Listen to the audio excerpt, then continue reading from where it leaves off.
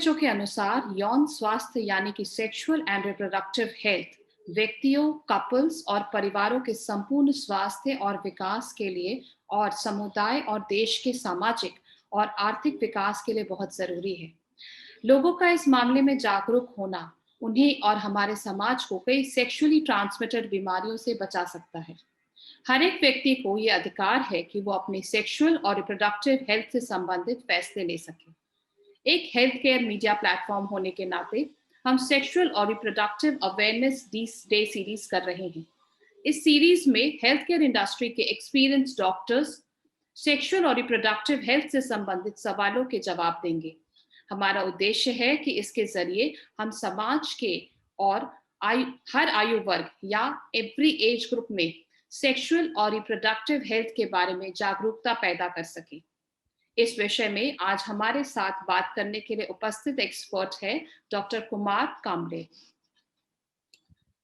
Doctor Kumar Kamble एक psychiatrist, de addiction specialist, sexologist, speaker, mental health educator और sexual health educator है। Currently वो Umang clinic sexual health and de addiction services Nagpur में as a consultant psychiatrist काम कर रहे हैं। उन्होंने the drug treatment clinic KEM hospital में मुंबई में एज अ मेडिकल ऑफिसर और फिर एज अ कोऑर्डिनेटर काम किया है। वो नेशनल एडिक्शन सर्वे के लिए टेक्निकल ट्रेनर भी रह चुके हैं। डॉक्टर कुमार डी एडिक्शन और सेक्सुअल हेल्थ के लिए कॉम्प्रिहेंसिव ट्रीटमेंट सर्विसेज देना चाहते हैं और एक ड्रग मुक्त समुदाय उनका लक्ष्य है। Hello doctor Kumar, Medi Circle में आपका स्वागत है। नमस्ते Smita ji, thank you for inviting me. तो डॉक्टर कुमार शुरू करते हैं। हमें अपनी सेक्सुअल और रिप्रोडक्टिव हेल्थ अच्छी रखने के लिए क्या-क्या करना चाहिए?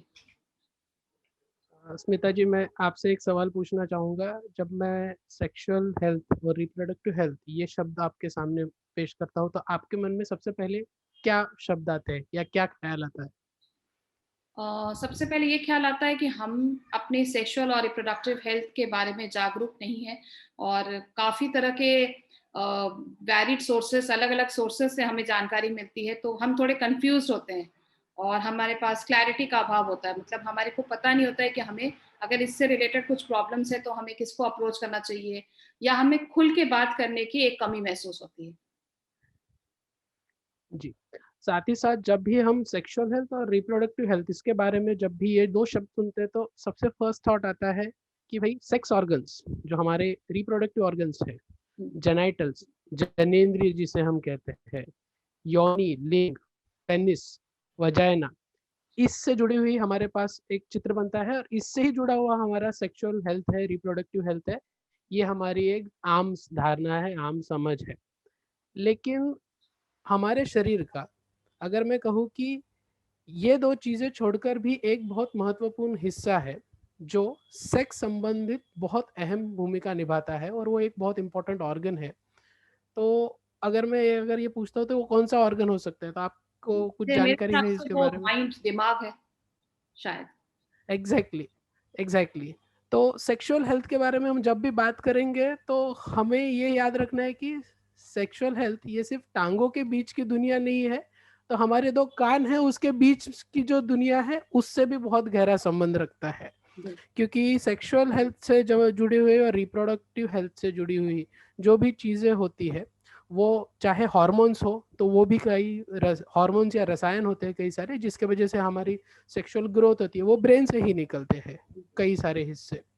साथ ही साथ जो हमारा ब्रेन है उसका सेक्स ये एक बहुत इम्पॉर्टेंट, बहुत अहम फंक्शन है, उसका बहुत इम्पॉर्टेंट ज़रूरी काम है सेक्स। इसीलिए जब भी हम सेक्सुअल हेल्थ के बारे में बात करेंगे तो हमें मन जो है, हमारा माइंड या मन है, उसके हेल्थ से जुड़ा जुड़ा हुआ भी ख्याल रखना है। जैसे हमारे मन के अलग अलग फंक्शंस है, इमोशंस, भावनाएं, थिंकिंग, सोच, उसी तरह सेक्स भी ये एक बहुत अहम फंक्शन है। तो अगर हमारा मन अच्छा है तो हमारा सेक्स भी अच्छा होगा, हमारा सेक्सुअल हेल्थ भी अच्छा रहेगा, हमारी शायद यौन जो यौन अवस्था है वो भी अच्छी रहेगी। अगर हम सीधी भाषा में कहना चाहे तो मन चंगा तो सेक्स में नो पंगा, है ना?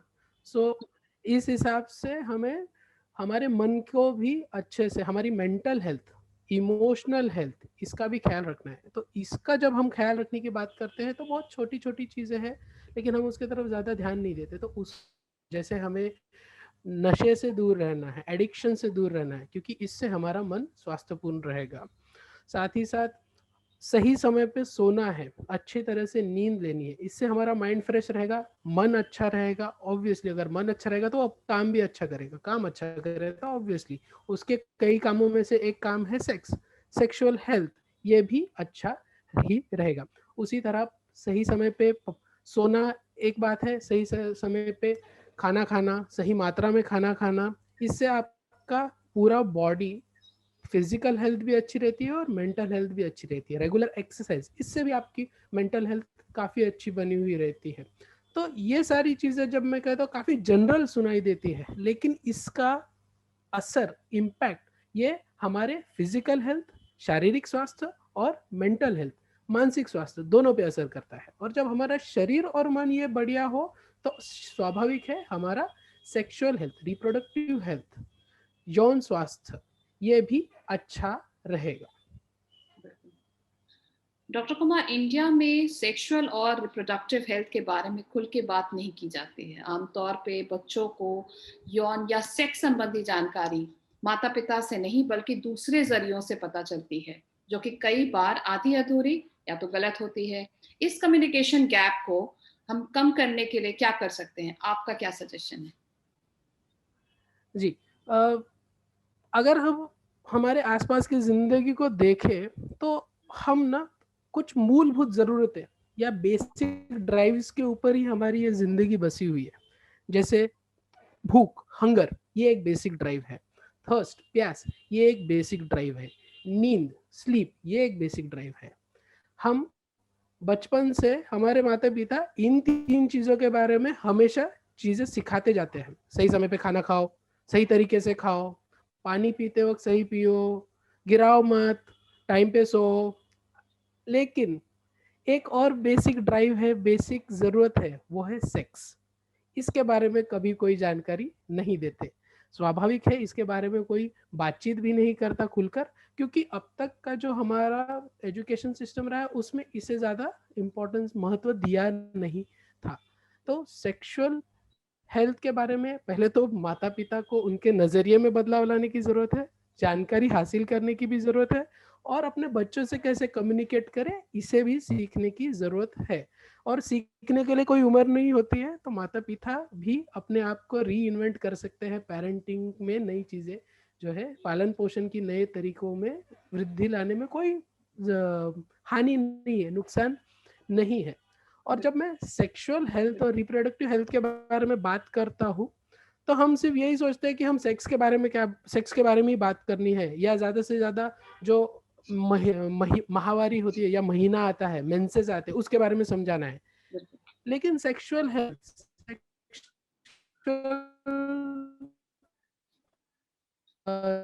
रिप्रोडक्ट के और भी सारे जो लेकिन इम्पोर्टेंट है, जैसे जेंडर रोल क्या होता है, माता, मम्मी और पापा, लड़का या लड़की, इनकी क्या भूमिकाएं होती है, इसका चाहिए, ये भी सेक्स एजुकेशन या सेक्सुअल हेल्थ के बारे में जानकारी का एक बहुत अहम हिस्सा है। तो अगर हमारे स्कूलों में ये पढ़ाया जाता है था, मैंने तो मेरी स्कूल की किताब में सुना था कि टीचर पूछती थी, ओके पापा का क्या क्या क्या क्या क्या काम है। हम बोलते थे पापा बाहर जाते हैं, काम करते हैं। मम्मी का क्या क्या काम है, मम्मी घर पे रहती है, खाना बनाती है। कहीं पे लिखा नहीं है कि घर का काम ये मम्मी ही करेगी और बाहर जाने वाला काम पापा ही करेंगे। काम को किसी का नाम नहीं लगा हुआ है। तो ये जो डिफरेंशिएशन है, ये जो जानकारी है कि भाई रोल से कोई काम जुड़ा हुआ नहीं होता, ये सबका काम है, ये भी आपके सेक्सुअल आइडेंटिटी को डेवलप करने में इम्पोर्टेंट है। मतलब ये लड़कियों का काम है, ये लड़कों का काम है, ऐसा कोई काम नहीं होता। ये काम है जो हर घर की हर व्यक्ति को आना चाहिए। बर्तन धोने हैं तो ये लड़के को भी आना चाहिए, लड़की को भी। ये भी सेक्सुअल हेल्थ से जुड़ा हुआ एक कम्युनिकेशन है। साथ ही साथ सेक्सुअल हेल्थ के बारे में हम जब भी बड़ों बुजुर्गों से सुनते हैं तो वो हमें नहीं नहीं, ज्यादा जोर से बात नहीं करना, ज्यादा जानकारी नहीं देना, इस तरीके से, और उसके तरफ जो दृष्टिकोण होता है वो थोड़ा सा इस तरह से एक्सप्रेशन देके इस तरह से एक्सप्रेशन देके बात करते हैं, ऐसे नहीं बात करना है। और बच्चों को अगर हम सेक्स एजुकेशन के बारे में शुरुआत से सिखाते हैं, कोई बहुत बड़ा काम नहीं करना है माता पिता को। बच्चों को आपने भी सुना होगा, बेटा आंख कहाँ है दिखाओ, तो बेटा बच्चा दिखाता है ये है मेरी आंखें। बेटा नाक कहाँ है, ये है मेरी नाक। हम इसी तरह इतना और 2 ऑर्गन्स ऐड करने चाहिए जो रेगुलरली है उसके शरीर में ही है। हाँ बेटा, where are your private parts, yes, what are my private parts, I have a penis, I have a vagina, simple as that. मुझे लिंग है, मुझे योनि है, उस प्राइवेट पार्ट को क्या कहते हैं ये तो पता होना चाहिए। ये आम हिस्सा है मेरे शरीर का, मेरे शरीर का ही एक भाग है। तो ये जो तरीका है सेक्स एजुकेशन का, मतलब बहुत बहुत ऐसा रॉकेट साइंस नहीं है, सिंपल है। इससे भी अगर व्यक्ति, परिवार, माता पिता शुरू करते हैं, वो भी धीरे धीरे कंफर्टेबल होते जाएंगे इसके साथ, तो उन्हें भी आसानी होगी आगे चल के अपने बच्चों के साथ कम्युनिकेट करने, क्योंकि हर स्टेज में कुछ ना कुछ नया जानकारी का आदान प्रदान होगा मम्मी और पापा और बच्चों के बीच में। जैसे जैसे ग्रोथ होते जाएगी, बढ़ते जाएंगे बच्चे, वैसे वैसे ये जानकारियां भी एक्सचेंज होते जाएगी। तो हर स्टेज पे सही तरीके से कैसे आप जानकारी प्रदान करते अपने बच्चे को, ये थोड़ा सीखना जरूरी है, और मम्मी पापा को सीखना चाहिए। उन्हें किसी ने नहीं सिखाया, कोई बात नहीं, अब सीखो, कोई बात नहीं, अभी सीखो, सीखने के लिए कोई उम्र नहीं होती। आज भी सेक्सुअली ट्रांसमिटेड डिजीजेस यानी कि एसटीडीज पब्लिक हेल्थ के लिए एक चिंता का विषय बना हुआ है। माना जाता है कि जानकारी और जागरूकता के अवेयरनेस ही इस समस्या का समाधान है। आपके विचार में एसटीडी की रोकथाम के लिए और क्या-क्या कदम उठाने होंगे? स्मिता जी, जब भी हम बात करते हैं एसटीडीज, सेक्सुअली ट्रांसमिटेड डिजीज, मतलब यौन के द्वारा फैली जाने वाली बीमारियां, तो यह बेसिकली कब होती है? जब हम किसी व्यक्ति के साथ असुरक्षित संबंध रखते हैं, यौन संबंध रखते हैं, यानी कि अनप्रोटेक्टेड सेक्सुअल रिलेशनशिप। तो अनप्रोटेक्टेड सेक्सुअल रिलेशनशिप कब होने की संभावना होती है? या तो हम जहाँ पर रेड लाइट एरिया है, ऐसे जगह पर जाते हैं और वहाँ पर हम किसी व्यक्ति के साथ सेक्स करते हैं, या फिर कोई व्यक्ति जिसके बारे में हमें कुछ ज़्यादा जानकारी नहीं है उसके साथ सेक्स करते हैं। और ये कब होने की संभावना है? जब हमारे इसमें बहुत ज़्यादा एंथुजियाज्म है सेक्स के संबंधित। लेकिन अगर हम कॉन्डम यूज़ करते हैं तो ये टाला जा सकता है। साथ ही साथ जो मैंने बात की, हमारे अंदर एंथुजियाज्म है, कुतूहल है इसके बारे में, सेक्स के बारे में, तो वो हम कई बार अपने आप को सेल्फ सेटिस्फेक्शन, स्वयं सेवा से भी अपने आप को इससे संतुष्ट कर सकते हैं। सेल्फ स्टिमुलेशन या मास्टरबेशन या हस्तमैथुन जो कहते हैं, उससे भी हम अपने आप की ये सेक्स की जो बेसिक इच्छा है, सेक्स की जो ड्राइव है, इसको भी हम शांत कर सकते हैं। मास्टरबेशन के बारे में आमतौर पे हमारे सोसाइटी में गलत धारणाएं बहुत सारी फैली हुई है, तो सही तरीके से अगर इसके बारे में जानकारी दी जाए कि भाई मास्टरबेशन स्वयं सेवा करना कोई गलत बात नहीं है, तो ये एक बहुत अहम मुद्दा है जिसके बारे में लोगों के बीच जानकारी पहुंचाना जरूरी है।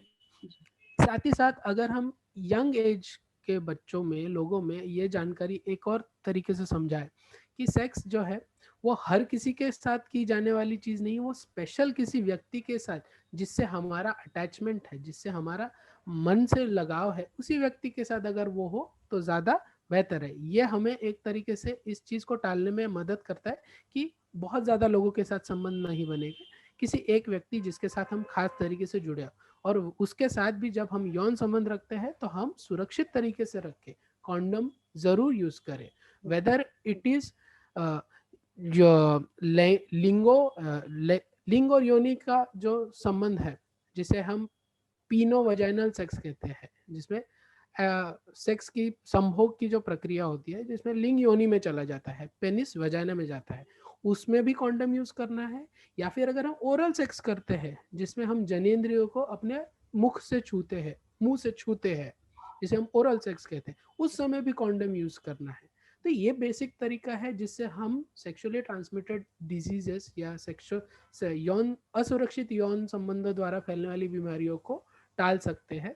कॉन्डम पहनना बहुत ज़रूरी है सेक्सुअली ट्रांसमिटेड डिजीजेस से जुड़कर आने वाले जो लक्षण है उसके बारे में भी जानकारी फैलाना जरूरी है। लेकिन ये भी तरीका है, ये भी एक एस्पेक्ट है कि मास्टरबेशन अगर किया तो आप अपने आप को सेल्फ सेटिस्फाई करते हो, तो जरूरत नहीं कि हमें ज्यादा लोगों के साथ सेक्सुअली अटैच होने की जरूरत है। जब हम किसी स्पेशल व्यक्ति के साथ अटैच होते हैं उसी के साथ हम संबंध रखें, उसके साथ भी हम जब संबंध रखते हैं तो सुरक्षित तरीके से संबंध रखें। तो अगर ये एक मूलभूत समझ हम लोगों तक पहुंचा सके तो ये इस तरीके की एक जागरूकता भी बहुत अहम भूमिका निभाएगी इस सेक्सुअली ट्रांसमिटेड डिजीज की रोकथाम में।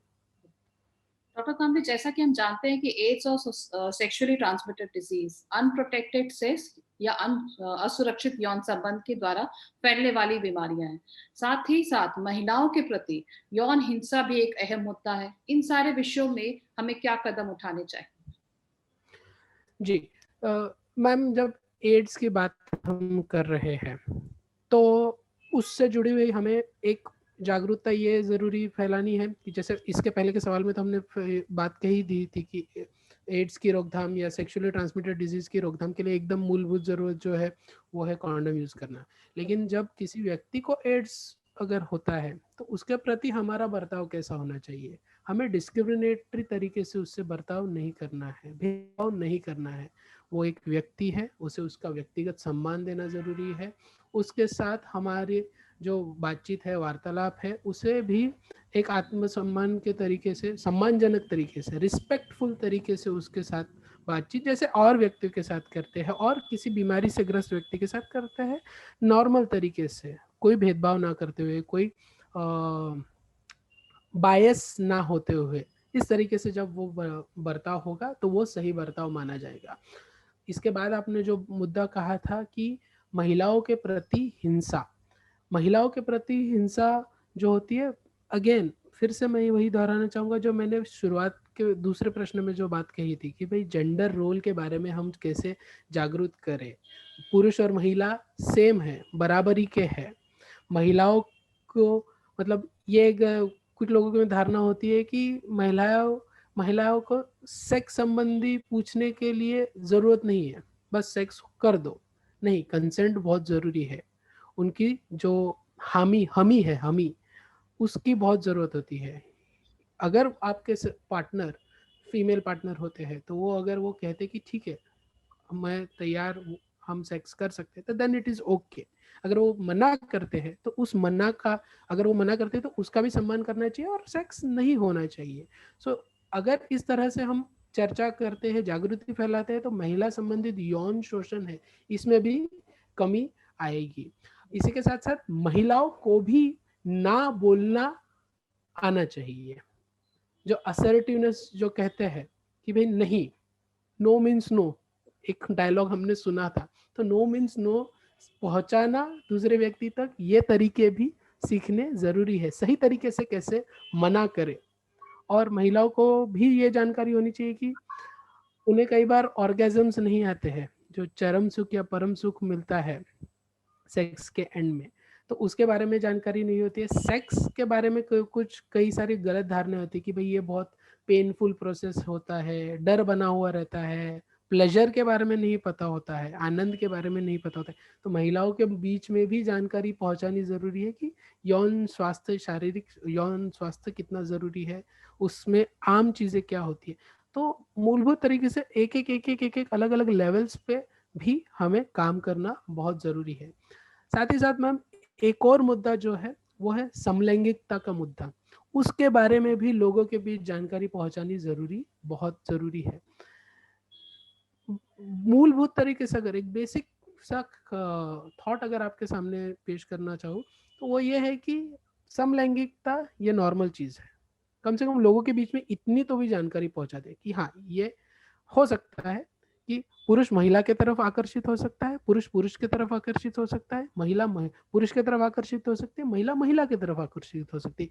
ये निसर्ग ने दी हुई देन है, निसर्ग ने ही नैसर्गिक तौर से हमें मिली हुई ये चीज़ है। इसमें कोई डिजीज या कोई बीमारी जैसी बात नहीं है, ये नॉर्मल बात है। अगर कम से कम इतनी भी चीज़ हम लोगों तक पहुँचा सके तो बहुत लोगों को इसके बारे में खुलकर बात करने में, इसके बारे में खुद को एक्सप्रेस करने में आसानी हो जाएगी, और सामाजिक तौर पर भी इससे जुड़ा हुआ हमारा दृष्टिकोण में बदलाव आएगा, सुधार आएगा, और इसमें भी हम भेदभाव करना बंद करेंगे। आपका बहुत-बहुत धन्यवाद डॉक्टर कुमार कामले, जो आप मेरी सर्कल पे आए और इस कठिन और ऐसे लेस टॉक्ड मतलब ऐसे विषय पे बात की, सेक्सुअल रिप्रोडक्टिव हेल्थ, जिसके बारे में अगर देखा जाए तो लोग बातें नहीं करते हैं, लेकिन वो एक मोस्ट सर्च टॉपिक है। अगर आप गूगल पे एग्जैक्टली। ढूँढ रहे हो तो जी, ये बहुत विडंबना है कि it is a less talked about subject, ये कम बात की जाने वाली बात विषय है, लेकिन इस पे सबसे ज़्यादा जानकारी लोग ढूँढ रहे हैं। लेकिन इसका पता हमें ये कब चलता है, इससे ये कि लोग इसके बारे में जानना चाहते हैं। उनको तरह-तरह की परेशानियाँ हैं, लोग एक्सपर्ट्स के पास जाने के बजाय वे डिफरेंट डिफरेंट वेबसाइट्स के गलत इन्फॉर्मेशंस पे या कभी-कभी हाफ इन्फॉर्मेशन पे, आधी-अधूरी जानकारी पे डिपेंड कर रहे होते हैं। इसके मद्देनज़र ये सोचते हुए ही हमने ये सेक्सुअल और रिप्रोडक्टिव हेल्थ सीरीज़ रखा, क्योंकि हम जानते हैं, हम समझते हैं कि ये एक ऐसा विषय है जिस पे बात करनी ज़रूरी है।